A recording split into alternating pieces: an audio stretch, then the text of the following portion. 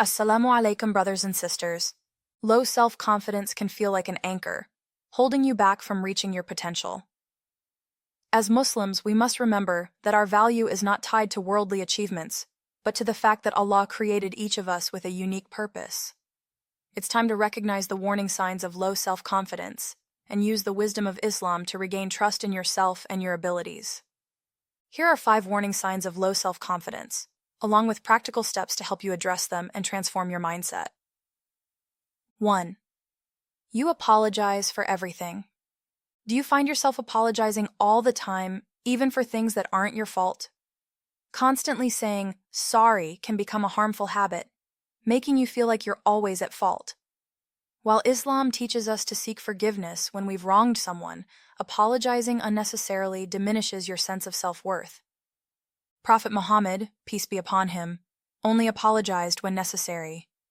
He didn't apologize for things he wasn't responsible for, teaching us that while humility is important, carrying undue guilt is not. You don't need to apologize for taking up space or for your existence.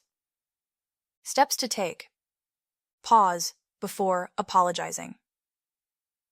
The next time you're about to say sorry, take a moment to ask yourself whether an apology is actually needed.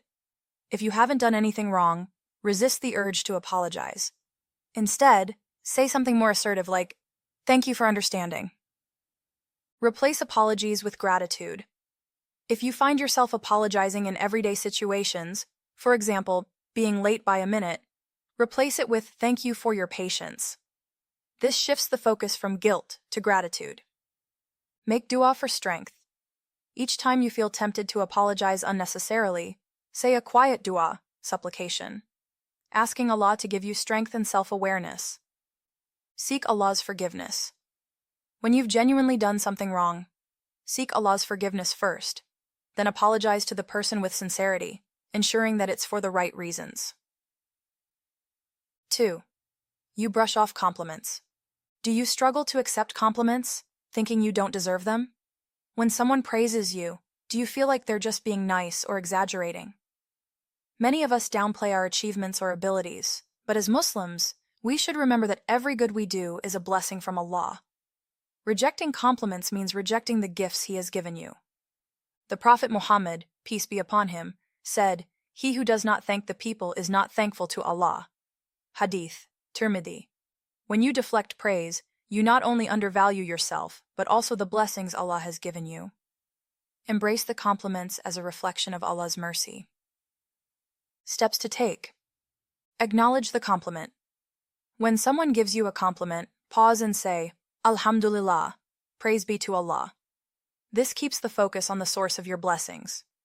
Then, simply say "thank you" without deflecting or brushing it off. Own your achievements. If someone praises your work, instead of downplaying it, acknowledge it with, "Thank you, I worked hard on this." Recognize that effort and talent are Allah's gifts, and there's no harm in accepting them. Remind yourself of your worth. Make a habit of repeating affirmations based on your faith. Every morning say, "I am valuable because Allah created me with purpose." This constant reminder will make you more receptive to the positive feedback you receive from others. Pray for humility. While accepting praise, always pray for humility. Make a sincere intention to remain grounded and not let pride take over. 3. You are indecisive. Do you often find yourself paralyzed by indecision, afraid of making the wrong choice? Constant second-guessing and overthinking are common signs of low self-confidence. But as Muslims, we know that Allah has control over all things, and after we've made an effort, we must trust Him with the outcome. Allah says in the Quran, "And rely upon Allah, and sufficient is Allah as disposer of affairs." Surah 33, verse 3. Once you've weighed your options, you must place your trust in Allah and move forward with confidence. Steps to take. Pray, istikhara. When facing difficult decisions, make it a habit to pray Salat al-Istikhara, the prayer for guidance. Ask Allah for clarity and trust that He will guide you to the best path. Once you've prayed, trust that whatever decision you make is for the best. Write it down. If you're stuck between choices, write down the pros and cons for each option. This can help clarify your thoughts and make the decision easier. Set a deadline. Don't let indecision drag on. Set a time limit for making your choice. Once that time has passed, commit to a decision and trust in Allah's wisdom. Ask for advice. Seek counsel from trusted, wise individuals, especially those who share Islamic values. The Prophet, peace be upon him, said, "The religion is sincere advice." Hadith Muslim. Consulting others can give you clarity and confidence in your decisions. 4. You shop to feel better about yourself. Do you find yourself shopping impulsively, thinking that buying something new will make you feel better? This is a trap many fall into, trying to fill emotional gaps with material possessions. But in our deen, we are reminded that true richness isn't found in things, it's found in contentment. The Prophet Muhammad, peace be upon him, said, "True wealth is the richness of the soul." Hadith Bukhari. Chasing after material goods will never satisfy the deep needs of your soul. Instead, focus on nurturing your inner self through your connection with Allah. Steps to take. Pause before purchasing. Before making an unnecessary purchase, ask yourself, will this truly bring me closer to Allah? Do I really need it? Or is it just a want? Is it in my budget? Was it in my plan to purchase this? Or am I trying to fill a void? If it's the latter, resist the urge and walk away. Set a charity goal. For every non-essential item you want to buy, make a donation to charity first. The Prophet, peace be upon him, said, "Charity does not decrease wealth." Hadith Muslim. You'll feel a sense of fulfillment that material things cannot give. Reflect on what you have. Make gratitude a daily habit. Take time to reflect on the blessings you already have, instead of focusing on what you lack. This mindset will help you feel more content and less likely to seek comfort in material things. Engage in acts of worship. When you feel the urge to shop for emotional reasons, redirect that energy into acts of worship, such as reading Quran or engaging in dhikr, remembrance of Allah. These acts will provide a deeper sense of peace and fulfillment. 5. You avoid social interaction.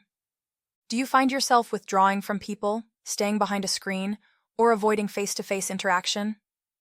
While social media might seem like a safe space, avoiding real-life engagement can cause your self-confidence to sink even lower.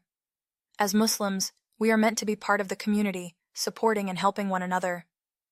The Prophet Muhammad, peace be upon him, said, "The believer who mixes with people and endures their harm has a greater reward than the one who does not mix with people and does not endure their harm."